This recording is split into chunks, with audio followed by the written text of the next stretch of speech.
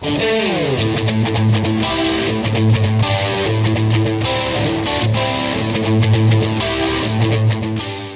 I really wanted to win a bell because of the history of the event. It's got such a proud tradition to it, and it's always had this like really rugged feel to it because of the area that it's held in.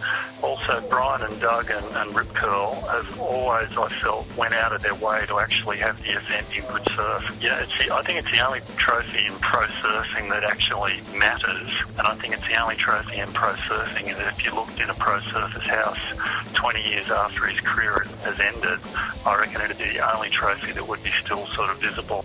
I always kind of feel a bit for Rabbit because I think in the 4 years that I won, I think he was in the final 3 times. So I sort of stopped him 3 times, and at the time I didn't feel guilty about it, but I sort of feel a little bit guilty about it now.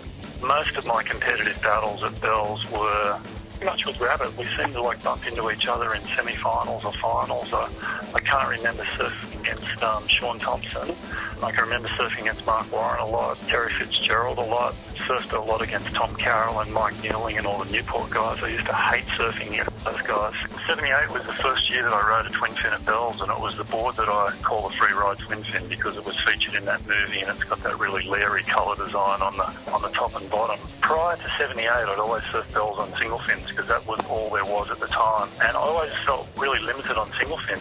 So for me in 78, like having a twin fin, it really opened up the possibilities of what you could do on the open face in the Bells Bowl, and I think it was directly responsible for me winning the event that year. At the time it felt like I just could do no more on a wave, and what actually happened in that final, we had a 45-minute final with Rab, and it was light southeast and solid sort of 6 feet half tide in the bowl, paddling back out with about 15 minutes to go, and the second wave of the set came through the bowl, and it was just like super smooth, and I thought, I gotta go, this wave's too clean not to go.